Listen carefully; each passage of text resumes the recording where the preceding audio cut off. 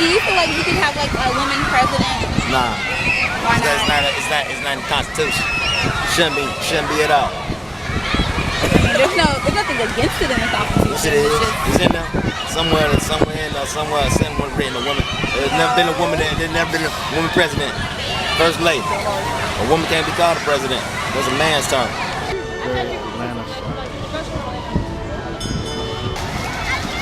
I have no idea. I can't answer that question. Like, what type, The female body. Sort of taking control of their own lives. The ability for women to achieve whatever it is that they hope to be able to do.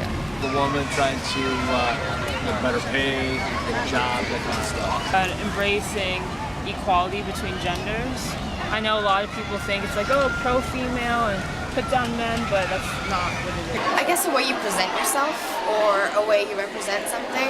The right of all people to have sort of bodily integrity and to be self-determining over the course of their life about what they want to do.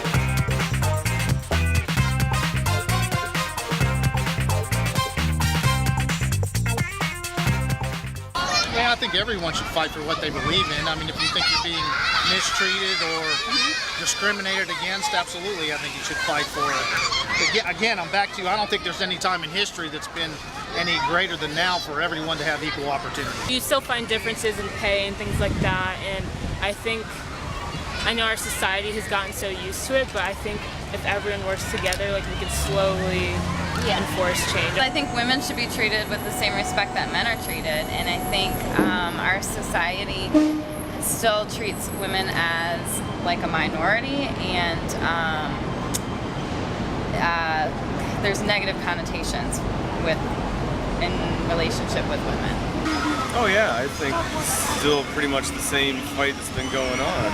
You know, just the whole equal pay, equal treatment. I have 4 daughters, so it's not outdated. It'll never be outdated. It's worth fighting for. That women, in particular, are doing a lot better than they were. They have a lot more opportunities than they did, but we still are denied a lot of really basic things, and are often, disproportionately not listened to by doctors. Women are really, the internet is an interesting place to look at how sexism functions.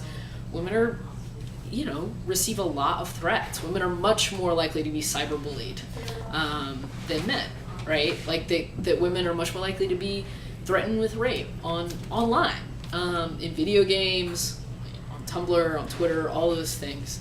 Women are also less likely to be retweeted on Twitter. So even like a famous woman, they've done all these studies that women are just less likely to have their voices and their opinions counted in the same way.